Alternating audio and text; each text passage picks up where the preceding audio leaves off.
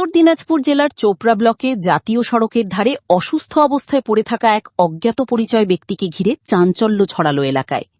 ঘটনাটি ঘটেছে চোপড়া ব্লকের সুফলগছ মের্ধাগাছ এলাকায় ৩১ নম্বর জাতীয় সড়কের পাশে ইসলামপুর থেকে শিলিগুড়ি যাওয়ার রাস্তার ধারে। স্থানীয় সূত্রে জানা গিয়েছে, গত বৃহস্পতিবার বিকেল প্রায় ৫টা নাগাদ ওই ব্যক্তিকে রাস্তার ধারে শুয়ে থাকতে দেখা যায়। প্রথমে অনেকেই মনে করেছিলেন তিনি হয়তো মদ্যপ অবস্থায় সেখানে পড়ে রয়েছেন, তবে দীর্ঘ সময় কেটে যাওয়ার পরও তিনি সেখানেই পড়ে থাকায় সন্দেহ তৈরি হয়।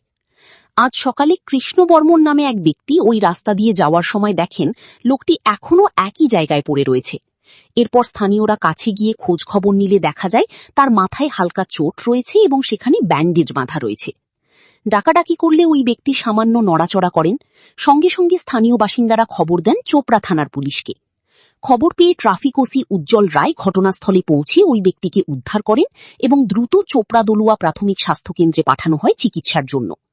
এখনো পর্যন্ত ওই ব্যক্তির পরিচয় জানা যায়নি। তিনি কোথা থেকে এসেছেন বা কোথায় যাচ্ছিলেন তা নিয়েও ধোঁয়াশা রয়েছে। পুলিশ ঘটনার তদন্ত শুরু করেছে। আমি সকালে মের্দাগঞ্জে চা খেতে এসে দেখি, বাড়ি যাওয়ার সময় দেখি একটা লোক পড়ে আছে সাইডে।